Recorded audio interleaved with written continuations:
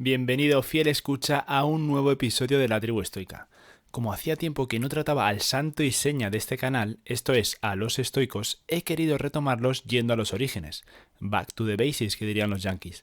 Para ello me he valido del libro Vida de los estoicos, de Ryan Holiday, en el que hace una pequeña biografía de todos aquellos estoicos que han aportado algo a esta nuestra noble filosofía. Como siempre, mi lectura te sirve para ahorrarte tiempo, así que traeré solo aquellas historias que considero relevantes, dejando a los secundarios para quien quiera profundizar por su cuenta. Hoy, como no podía ser de otra manera, comenzamos por el principio, por el fundador de la escuela, por Zenón el Profeta. Espero que lo disfrutes. ¡Comenzamos!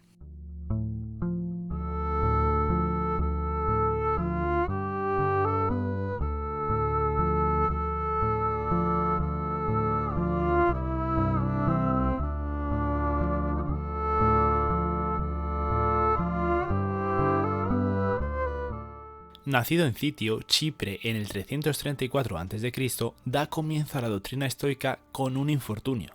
En un fatídico día de finales del siglo IV a.C., el mercader fenicio Zenón zarpó de un puerto del Mediterráneo con un cargamento de tinte púrpura de Tiro.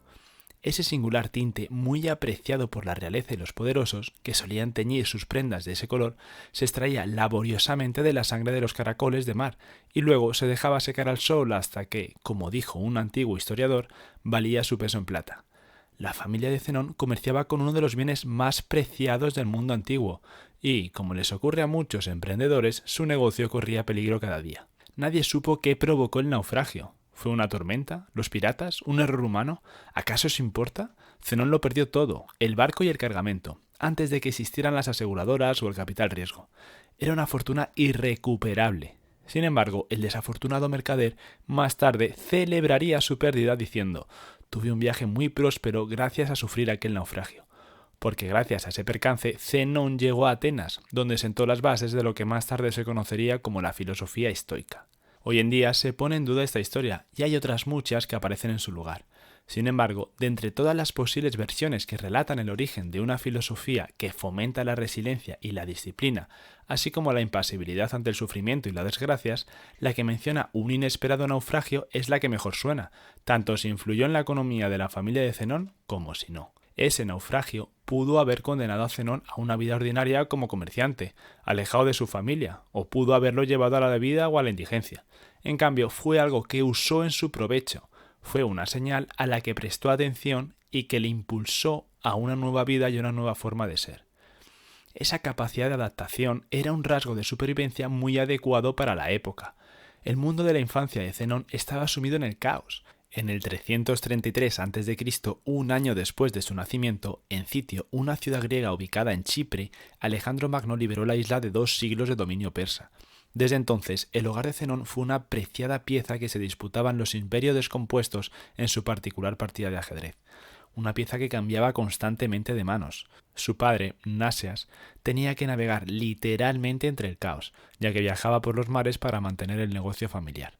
Sin duda, tuvo que sortear muchos obstáculos, pagar muchos sobornos y evitar las rutas que cruzaban las líneas enemigas para navegar de Sidón a Tiro, de Tiro al Pireo, que es la gran ciudad portuaria a las afueras de Atenas, y de ahí regresar a casa. Con todo, al parecer, fue un padre cariñoso que se aseguró de llevar a casa muchos libros para su hijo, entre los cuales estaban los de Sócrates. Probablemente nadie cuestionó si Zenón entraría en el negocio familiar y seguiría los pasos de su padre como marino mercante, comerciando con tintes y soñando con aventuras y riquezas. Se dice que era alto y delgado, y que su tez oscura y su porte le valieron el epíteto de «el palmero egipcio». En sus últimos años se le describiría como un anciano de piernas gruesas, flácido y débil, atributos que le causaron cierta vergüenza y timidez social a medida que envejecía y se adaptaba a la vida en la tierra. A pesar de desconocer las verdaderas circunstancias que favorecieron su llegada a Atenas, sabemos en qué condiciones se encontraba la ciudad cuando Zenón llegó. Atenas era un bullicioso centro comercial que albergaba a 21.000 ciudadanos, donde la mitad eran extranjeros, y contaba con una asombrosa población de esclavos, cuyo número ascendía a cientos de miles. Toda la ciudad estaba orientada hacia los negocios y gobernada por élites letradas cuyo éxito y educación les permitía explorar y debatir ideas que en la actualidad aún mantienen su vigencia. Era un territorio fértil para el despertar de Zenón. De hecho, incluso sabemos dónde ocurrió exactamente ese despertar. Fue en un lugar sorprendentemente moderno, una librería. Cierto día, Zenón se tomó un descanso del ajetreo de los negocios y se dirigió a una librería. Mientras hojeaba títulos buscando algún libro para leer, vio que en ese mismo momento se estaba celebrando una conferencia. Tomó asiento y escuchó cómo el librero leía un compendio de las obras sobre Sócrates, el filósofo que había sido condenado a muerte en Atenas un siglo antes y cuyas ideas le había enseñado su padre cuando era niño. Recuerda que en el canal tenemos un resumen de la apología que Platón hizo sobre Sócrates. Antes del naufragio, en uno de sus viajes, tal vez inspirado por un viaje similar al de Sócrates, Zenón preguntó a un oráculo qué debía hacer para vivir una vida mejor. La respuesta del oráculo fue: para alcanzar una vida mejor debes hablar con los muertos. Seguramente en aquella librería, quizá la misma en la que su padre le había comprado libros antes, mientras escuchaba las palabras de Sócrates que leídas en voz alta cobraban vida, Zenón se dio cuenta de que estaba haciendo precisamente lo que el oráculo le había aconsejado. ¿No son eso los libros, una forma de obtener sabiduría de aquellos que ya no se encuentran entre nosotros? Mientras el librero leía el segundo libro de Memorabilia de Jenofonte, Zenón escuchaba las enseñanzas de Sócrates tal y como se habían impartido en esas mismas calles apenas unas generaciones atrás. El fragmento que más llamó su atención fue la elección de Hércules, la historia de un héroe que se encuentra en una encrucijada. En ese mito, Hércules debe elegir entre dos doncellas, una que encarna la virtud y otra los vicios. Es decir, una doncella representaba una vida de trabajo duro y virtuoso y la otra la pereza. Seguramente Zenón escuchó en boca del librero que la muchacha virtuosa decía: debes acostumbrar a tu cuerpo a ser el servidor de tu mente y entrenarlo con esfuerzo y sudor. Pero luego escuchó un discurso muy diferente de la doncella que representaba el vicio.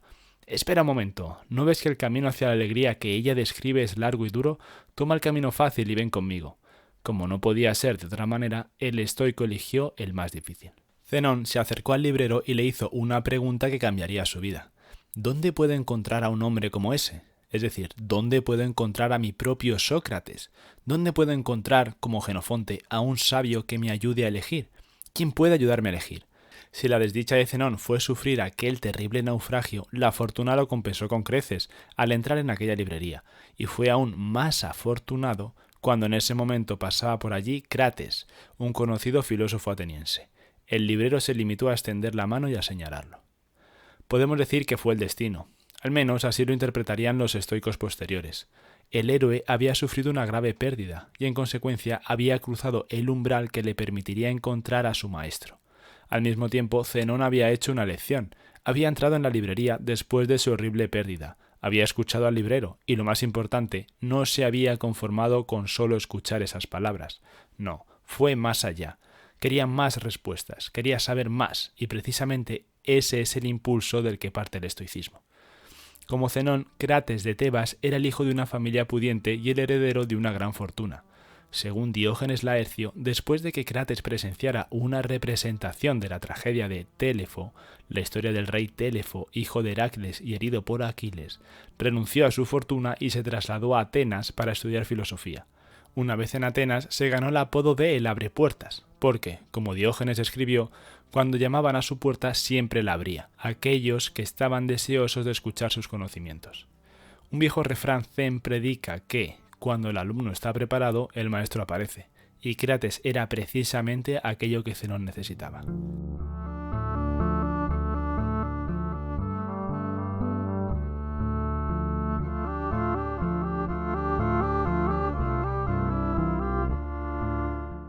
Una de las primeras lecciones de Crates fue la de curar a Zenón de su timidez por su apariencia. Al observar que su pupilo estaba demasiado preocupado por su reputación social, Crates le asignó la tarea de acarrear por la ciudad una pesada olla de sopa de lentejas. Zenón intentó pasar desapercibido y anduvo por las calles menos transitadas para evitar que nadie lo viera realizando una tarea tan humillante. Cuando Sócrates descubrió el ardid, rompió la olla con su bastón y las lentejas se derramaron sobre Zenón. Este, totalmente avergonzado, intentó huir. «¿Por qué huyes, mi pequeño fenicio?», dijo Crates con una sonrisa. «No te ha ocurrido nada terrible». El hecho de que alguien tenga ansiedad o dudas sobre sí mismo o que le hayan enseñado cosas equivocadas a una temprana edad no significa que no pueda llegar a ser algo más, siempre que tenga el valor necesario y los mentores para ayudarle a cambiar. Con el severo amor de Crates, Zenón superó su timidez y pudo convertirse en el hombre que estaba llamado a ser. Cuando Zenón dejó atrás sus días de aprendizaje, eligió un nuevo estilo de vida que compaginaba el estudio y el pensamiento con las necesidades de un mundo regido por el comercio, las conquistas y las tecnologías. Para Zenón, el propósito de la filosofía, de la virtud, consistía en encontrar una vida tranquila y sencilla, y alcanzar ese lugar donde todas nuestras acciones están en armonía con el espíritu guía de cada hombre y el orden que rige el universo. Señor, no puedo estar más de acuerdo con él. Para los griegos, cada uno de nosotros tenía un daimon, un genio interior y propósito que estaban conectados con la naturaleza universal. Según Zenón, aquellos que mantenían en equilibrio positivos entre la naturaleza individual y la universal eran felices, y aquellos que no lo lograban, no. En un esfuerzo por alcanzar esa armonía, Zenón llevó una vida sencilla, no muy diferente a la de su rival Epicuro, que fundó su escuela pocos años antes de que Zenón creara la suya por su cuenta. Su dieta consistía básicamente en pan y miel, y algún que otro vaso de vino. Compartía su casa con otros inquilinos, y raras veces contó con los servicios de algún criado. Incluso cuando estaba enfermo, rechazó cualquier tipo de cuidado o cambio de dieta. Más tarde, otro estoico diría que Zenón pensaba que cualquier persona que experimentaba los placeres de la buena cocina los querría para siempre, en la medida en que el placer asociado a la bebida y a los alimentos crea en nosotros la necesidad de más comida y más bebida. Como precepto de su vida sencilla, Zenón era muy reservado y prefería mantener un círculo de amigos cercano a las grandes reuniones sociales. Por ello, más adelante se escabulló de una fiesta organizada por el rey Antígono y rechazó las invitaciones para visitar la corte del rey. Zenón expresaba sus opiniones con brevedad y sacudía la cabeza ante las florituras retóricas innecesarias. Era divertido e inteligente y tenía la costumbre de pedir dinero a los desconocidos para que no se lo pidieran a él. No hay ningún indicio de que su anterior estilo de vida, repleto de atenciones y facilidades, afectara o influyera su concepción de la comodidad. En realidad, el hecho de haber perdido una fortuna le había demostrado que el dinero no tenía demasiado valor e importaba muy poco. En Atenas, cuando alguien describía a una persona sobria, frugal y disciplinada, solía decir: «Es más sobrio que el filósofo Zenón».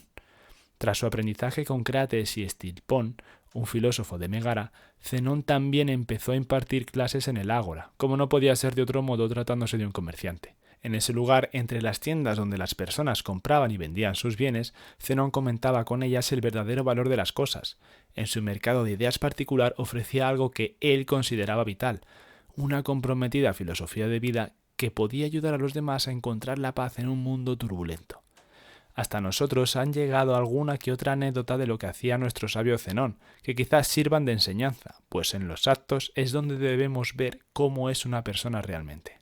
En una cena con un hombre que era conocido por comer tanto y tan rápido que no dejaba nada para los demás, Zenón tomó una bandeja entera de pescado como si fuera a comérsela sin ayuda.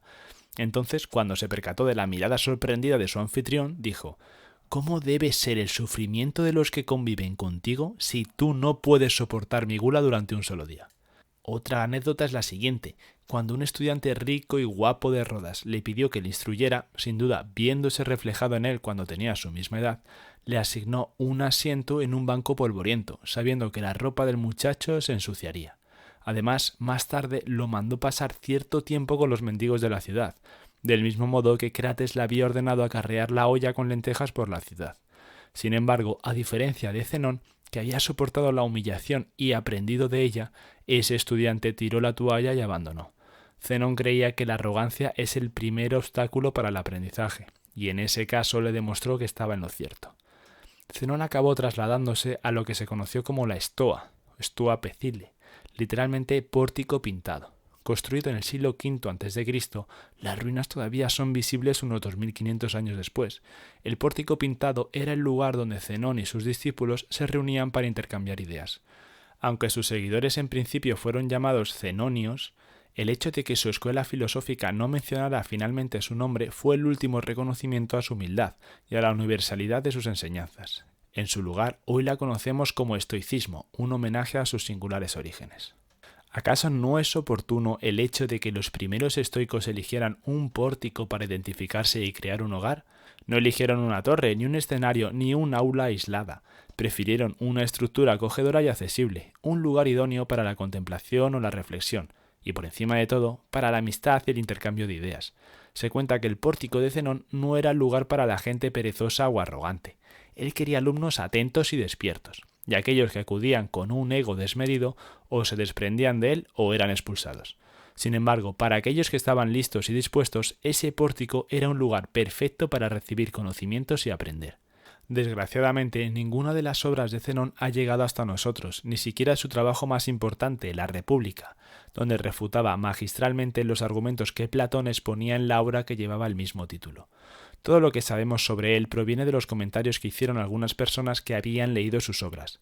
Gracias a ellas, sabemos que los primeros estoicos creían en el pensamiento utópico. Más adelante, ese tipo de pensamiento sería reemplazado por los estoicos posteriores, más pragmáticos. Pero aún así, el pensamiento inicial de Zenón marcó una premisa que sigue vigente. Para él, no debemos considerar que los hombres vivimos separados en comunidades diferenciadas por leyes particulares, sino que debemos considerar a todos los hombres como conciudadanos de una misma comunidad que alberga una vida y un orden único para todos, como un rebaño que se cría y pace unido bajo una ley común. Por desgracia, todo lo que tenemos de esos escritos es apenas un fragmento o una cita ocasional. Pero incluso estos pequeños retazos pueden enseñarnos a vivir mejor. En su obra titulada Sobre la naturaleza humana, dicen que Zenón escribió: «El objetivo de la vida es vivir en armonía con la naturaleza, lo que significa vivir de acuerdo con la virtud, porque la naturaleza nos lleva a la virtud». A Zenón también se le atribuye la expresión de que el hombre recibió 2 orejas y una sola boca por una razón. Se afirma que dijo que no hay nada más impropio para una persona que alardear, y que hacerlo es aún menos tolerable si uno es joven. Más vale tropezar con los pies, dijo una vez, que con la lengua. También fue el primero en expresar las 4 virtudes estoicas: el coraje, la templanza, la justicia y el conocimiento. Aseguraba que estos rasgos eran inseparables, pero a la vez se distinguen y se diferencian entre sí. No sabemos dónde o cuándo Zenón plasmó por primera vez ese cuarteto por escrito, pero podemos comprobar su repercusión, porque aparecen prácticamente en todas las obras y declaraciones de casi todos los estoicos que le sucedieron. A diferencia de muchos otros filósofos, Zenón fue respetado y admirado en su época. Nadie lo persiguió ni las autoridades censuraron sus obras. En cambio, le entregaron las llaves de la muralla de Atenas, le concedieron una corona de oro y honraron su figura en vida con una estatua de bronce. Sin embargo, a pesar de la admiración que Atenas le brindaba y que él devolvía con creces, Zenón sabía perfectamente que su hogar también era importante. Después de financiar la restauración de unas termas en Atenas, solicitó que escribieran su nombre acompañado de su lugar de nacimiento, Zenón de Citio. Es posible que se considerara un ciudadano del mundo, un emigrante que amaba Atenas, la ciudad donde vivió durante medio siglo, pero también quería que nadie olvidara de dónde procedía.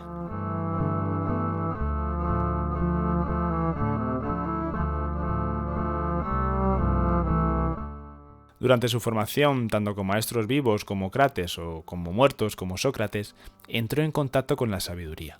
Profundizó en ella en el ágora con sus alumnos, reflexionó sobre ella en sus largos paseos y la puso a prueba en los debates. Su particular viaje hacia la sabiduría no fue breve, se prolongó durante más de 50 años, desde que sufrió el naufragio hasta su muerte. No fue en absoluto una epifanía o una iluminación, sino un proceso arduo y laborioso. Recorrió ese camino de la mano del estudio y la formación, como deberíamos hacer todos. Cuando miraba hacia atrás decía: el bienestar se logra mediante pequeños pasos, pero realmente no es poca cosa. Como ocurre con muchos filósofos, el relato de su muerte puede no ser del todo cierto, pero no por ello deja de ser una lección. Un día, a los 72 años, al salir del pórtico tropezó y se rompió el dedo del pie de forma bastante dolorosa. Tirado en el suelo, consideró que ese incidente era una señal y que su hora había llegado. Golpeando el suelo, citó una frase de Timoteo, un músico y poeta de un siglo anterior al suyo: «Vengo por mi propia voluntad. ¿Por qué me llamas?». Entonces aguantó la respiración hasta que su vida expiró. Quizás te asalten las dudas de hasta qué punto es verdad esa muerte, pero como no hay manera de saberlo, aceptemos esa versión de la partida del primer estoico. Y con ella, fiel escucha, llegamos al final del episodio. Tengo intención de traer más de esta serie, no sé cuántos, ni sé si vendrán seguidos o no, pero considero que aportan valor y constituyen una buena base sobre la que ir trabajando. Déjame saber en comentarios si te gusta esta nueva serie y me despido hasta la próxima. Hasta entonces, recuerda que la virtud está por encima de todo. Un saludo estoico.